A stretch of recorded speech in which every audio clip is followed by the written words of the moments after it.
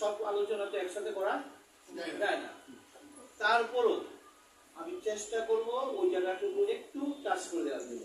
এরপরে যদি সুযোগ থাকে আপনারা আমাদের বেসিক প্রোগ্রামটা দেখবেন। ডাক্তার গুড বাই, জোরে একটা হাতে নেই। ডাক্তার ওই প্রোগ্রামটা দেখলে কি মনে হয় না আসলে ডাক্তারের কোনো প্রয়োজন আছে? আছে কি? ডাক্তারের কোনো প্রয়োজন নেই। আমরা সেটা একদম সাইন্টিফিক্যালি দেখিয়ে দিই আমাদের প্রোগ্রামে। তো যাই হোক, আজকেও আমরা আবারও সেই ডায়াবেটিসের, এটা যেহেতু আমাদের খুব সেন্সিটিভ এরিয়া, মানুষ খুব আতঙ্কে থাকে ডায়াবেটিস নিয়ে। এই কথা ঠিক কিনা? খুব আতঙ্কে থাকে।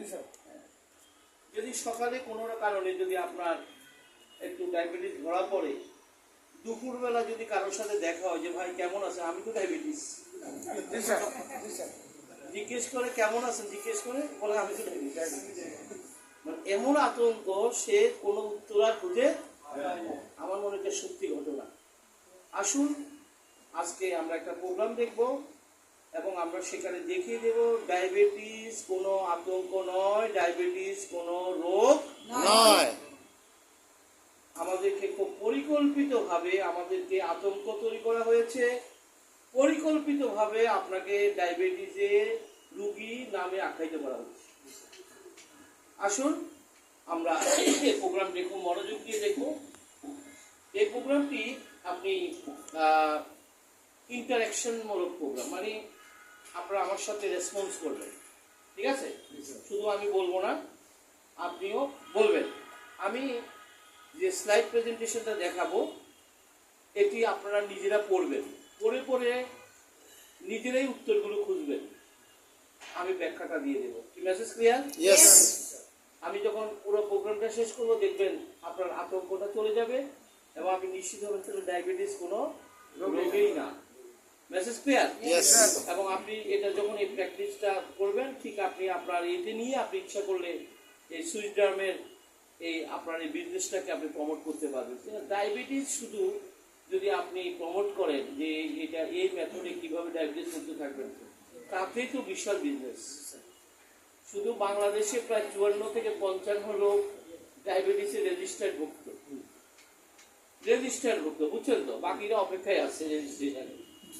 হ্যাঁ, তো সুতরাং এবং বাকিরাও কেউ ডায়াবেটিস ঝুঁকি মুক্ত নয়। তো এটা একটা খুব ভালো ক্ষেত্র, যদি আমরা জানতে পারি তাহলে এটা দিয়ে আমরা একটা চমৎকার উপস্থাপন করতে পারবো।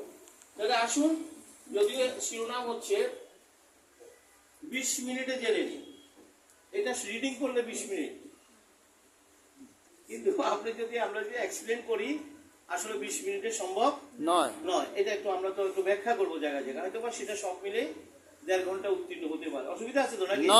আর শুধু 20 মিনিটের জন্য বসে আছেন? জিনিসটা হলো যে আপনি খুব সংক্ষেপে প্রোগ্রামটা শুনবেন পুরা, কিন্তু এরপর আপনি বুঝবেন যে আসলে মূল জায়গাটা খুব ছোট্ট। মূল জায়গাটা ছোট্ট প্রমাণ করতে গেলে একটু বড় করে বলতে হবে নাকি? তাহলে আমরা রেডি আলোচনা করার জন্য? তাহলে আসুন আমাদের এই এটা পড়বেন সকলে। ডায়াবেটিস কোনো রোগ নয়, না জানলে সব রোগ থেকে হয়। স্পষ্ট, ডায়াবেটিস কোনো রোগ না, এবং ডায়াবেটিস সকল রোগের মুরব্বী যদি আপনি না জানেন। এবং আমি নিশ্চিত আসলে ডায়াবেটিস বিষয়টা কি আমরা কেউই জানি না, কোনো রোগীও জানে না, কিন্তু জানলেই সে বুঝে যেত আসলে ডায়াবেটিস বলে কিছু নেই। তাহলে আসুন আমরা একটু জানি। করবেন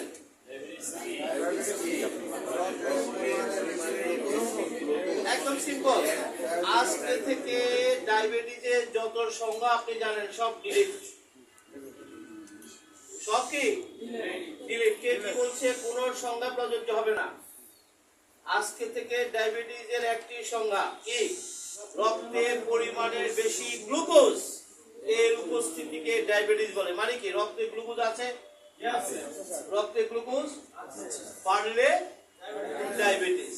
রক্তে গ্লুকোজ আছে, বাড়তেও পারে কমতেও পারে, এটা কোনো ম্যাটার, জোরে একটা হাতে, কোনো ম্যাটার না।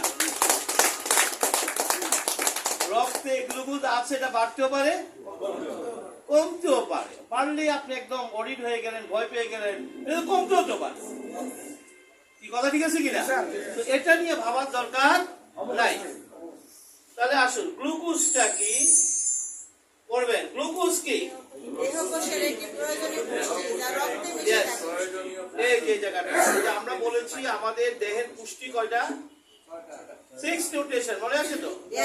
যারা বেসিক প্রোগ্রাম রেখেছে, আমাদের পুষ্টি হচ্ছে 6টা, কোষের পুষ্টি 6টা। তার মধ্যে একটি পুষ্টির নাম হচ্ছে গ্লুকোজ। 6টি পুষ্টির একটি পুষ্টি কি? গ্লুকোজ। তাহলে গ্লুকোজটা কার খাবার? কোষের খাবার। কোষ এই খাবার নিয়েই তার দেহ পরিচালিত করে। জোরে একটা হাততালি দিয়ে পরিচালিত করে। খুব মনোযোগ দিয়ে শুনবেন। অথচ দেখেন, এই গ্লুকোজ শব্দটার সাথে ডায়াবেটিস রোগীদের মারাত্মক আতঙ্ক তৈরি করা হয়। সে যখনই শুনে গ্লুকোজ আছে, সুগার আছে, ভয়া আতঙ্কে থাকে। গ্লুকোজ, অথচ সায়েন্স কি বলছে? গ্লুকোজ কার খাবার? কোষের খাবার। এবং কোষের খাবার যোগান দেওয়ার জন্যই সে রক্তে থাকে। Message clear? কারণ কোষটা খাবার পাবে প্রত্যেকে। তাহলে গ্লুকোজ রক্তে থাকবে কোষের খাবার যোগান দেওয়ার জন্য। Message clear? আসেন, কাজ কি একটু করবেন? পরিবর্তনের মাধ্যমে শক্তি তৈরি হয়। দেহের সকল শক্তির উৎস হচ্ছে গ্লুকোজ। এজন্য গ্লুকোজকে বলা হয় দেহের কোষের জ্বালানি। তাহলে গ্লুকোজটা আসবে কোথায়? রক্তে। রক্তে। গ্লুকোজ কোথায় আসবে? রক্তে। রক্তে। রক্ত থেকে কোষে কোথায় প্রবেশ করবে? কোষে। রক্ত থেকে কোষে যাবে। আমরা জানেন আমাদের দেহটা কি দিয়ে তৈরি? কোষ। সেল দিয়ে তৈরি। তাহলে রক্ত থেকে এটা কোষের ভিতর যাবে। কোষের ভিতরে ঢোকার পরে এটি রাসায়নিক পরিবর্তনের মাধ্যমে সেখানে একটা কেমিক্যাল রিঅ্যাকশন হবে। মনে আছে তো? আমাদের দেহ একটা কেমিক্যাল হাউস, মনে আছে? সেখানে প্রতি সেকেন্ডে 37,000 বিলিয়ন কেমিক্যাল রিঅ্যাকশন সংঘটিত হয়। তার মধ্যে একটি কেমিক্যাল রিঅ্যাকশন হচ্ছে গ্লুকোজটি কোষের ভিতরে প্রবেশ করার পরে 27টি কেমিক্যাল রিঅ্যাকশনে সে অ্যাটেন্ড করবে এবং নতুন 3টা প্রোডাক্ট তৈরি করবে। কি কি? একটা হচ্ছে কার্বন ডাইঅক্সাইড, এই যে একটা হচ্ছে পানি, যেটা ইউরিন দিয়ে বের করে দেবে। আরেকটা হচ্ছে এনার্জি।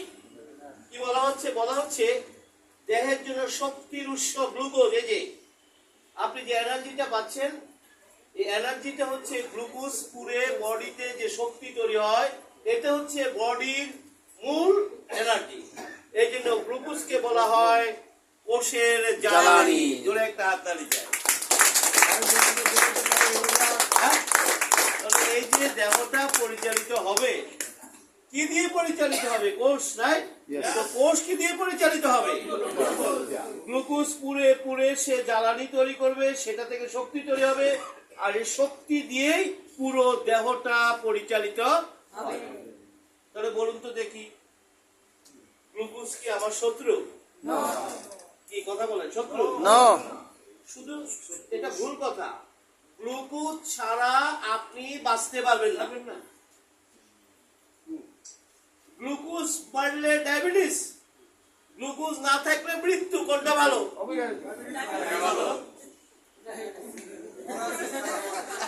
কথা বলেন। গ্লুকোজ বাড়লে ডায়াবেটিস, আর গ্লুকোজ না থাকলে তো কোনটা চান? বাড়ুক নাকি মরুক চান? আমরা বাড়তেও এটাও চাই না, বাড়ুক এটাও চাই না, কিন্তু আমরা মরতেও চাই না। একটা মরতেও চাই না, কিন্তু ওটা আরো ডেঞ্জারাস। ওটা আরো ডেঞ্জারাস। গ্লুকোজ না থাকলে আমি মারা যাবেন। আমরা বাড়ুক এটা নিয়ে টেনশন করার দরকার না, যেন কমে। তারপর যে আসেন,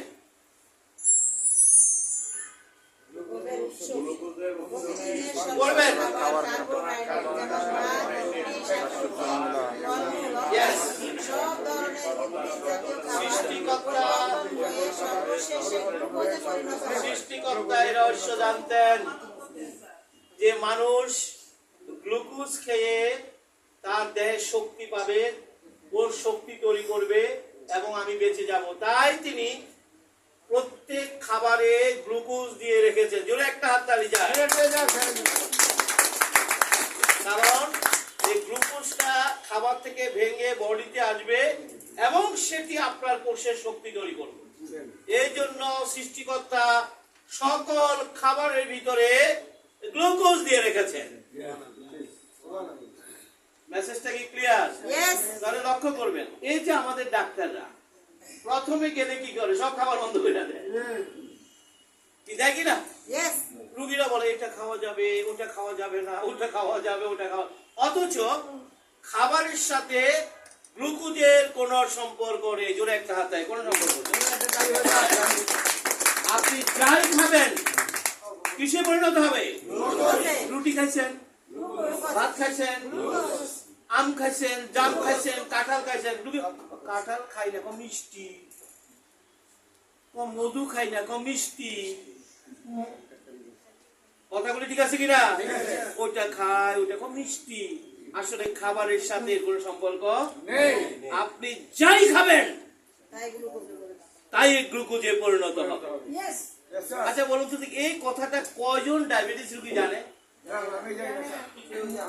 কেউ জানে না। জানে না বলে সে সব না খায়, না খাইয়ে থাকে, সব না খাইয়ে থাকে। ভুলটা কোথায় খেয়াল করছেন? সব না খাইয়ে থাকে, গ্লুকোজ বেড়ে যাবে। আসলে এর সাথে কোনো সম্পর্ক নাই।